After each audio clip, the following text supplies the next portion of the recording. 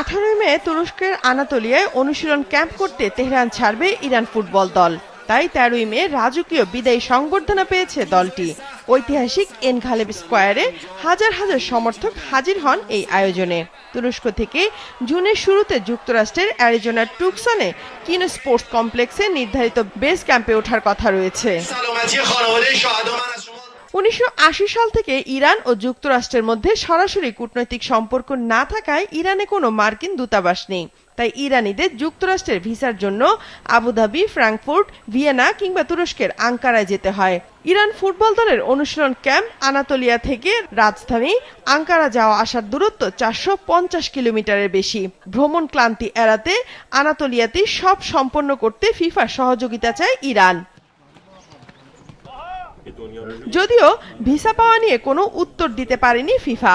এসব বিষয় নিয়ে শনিবার তুরস্কের ইস্তানবুলে বৈঠক করেছেন ফিফার সেক্রেটারি জেনারেল ম্যাটিয়াস গাফস্ট্রম ও ইরানের ফুটবল অ্যাসোসিয়েশনের সভাপতি মেহেদি তাজ। ইরানের সঙ্গে আমাদের আলোচনা অত্যন্ত চমৎকার ও গঠনমূলক হয়েছে। আমরা একসাথে কাজ করছি এবং বিশ্বকাপে ইরানকে স্বাগত জানাতে আগ্রহ ভরে অপেক্ষা করছি।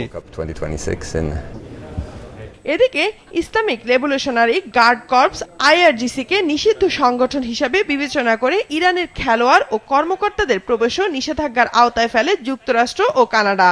তাই খেলোয়াড়, কোচ ও কর্মকর্তাদের ভিসা বাধাহীন দেওয়া, জিজ্ঞাসাবাদের নামে হেনস্থা ছাড়া যুক্তরাষ্ট্রে ঢোকা, মাঠে জাতীয় সঙ্গীত ও পতাকা নিয়ে কোনো বাধা না দেয়া সহ 10 দফা দাবি দেয়া হয়েছে ফিফাকে। আমি অত্যন্ত আনন্দিত যে ফিফা ইরানের তোলা 10টি দাবি মন দিয়ে শুনেছে এবং প্রতিটির সমাধান প্রস্তাব করেছে। আশা করি আমাদের জাতীয় দল কোনো সমস্যা ছাড়াই বিশ্বকাপে অংশ নিতে পারবে এবং সেখানে সাফল্য নিয়েই ফিরবে। 15 জুন লস অ্যাঞ্জেলেসে নিউজিল্যান্ডের বিপক্ষে ম্যাচ দিয়ে ইরানের বিশ্বকাপ মিশন শুরু হওয়ার কথা রয়েছে। গ্রুপ জিতে তাদের বাকি দুই প্রতিপক্ষ বেলজিয়াম ও মিশর।